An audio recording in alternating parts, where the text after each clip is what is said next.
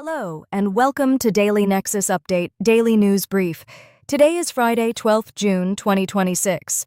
Today's briefing covers 5 stories across geopolitics, finance, tech, crypto. Let's get into it. First stop, geopolitics. Next, geopolitics, where every sentence has footnotes and consequences. The European Commission has officially finalized provisional countervailing duties on Chinese electric vehicles. This marks a significant escalation in our follow-up to the investigation launched on June 5th, which examined whether unfair state subsidies were artificially lowering prices for European consumers. By imposing these extra taxes, Brussels aims to shield local manufacturers from what it calls market distortion. Essentially, the goal is to level the playing field against foreign competitors who benefit from government financial support. While this move is intended to protect the internal industry, it is expected to ripple through the market, likely impacting consumer pricing and straining diplomatic trade relations with Beijing. The Commission maintains that these measures are necessary to ensure fair competition across the continent as the green transition continues to accelerate. Energy ministers from North Sea nations have signed a formal cooperation pact to synchronize their power grid infrastructure.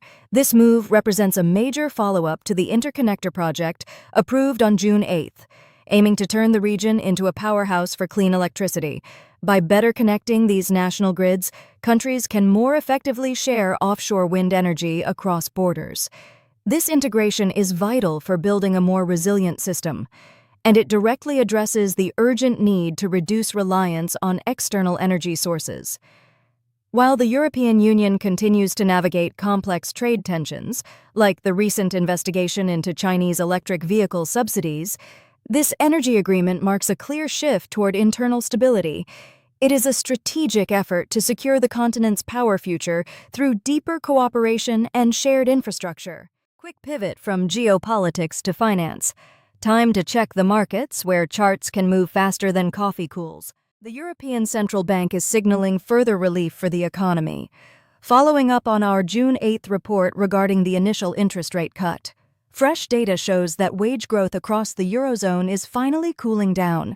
This moderation is a critical development for policymakers. When wages rise too quickly, it often fuels inflation, making it harder for the bank to lower rates.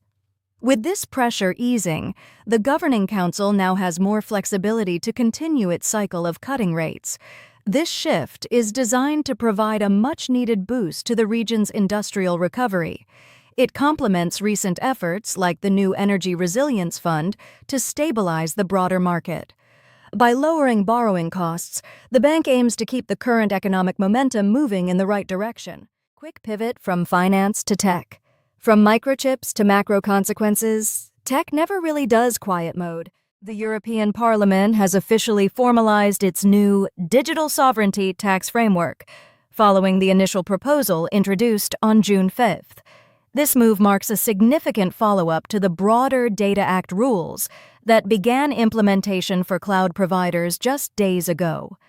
The policy specifically targets non-EU cloud companies that fail to meet local data residency requirements, which means storing information physically within European borders.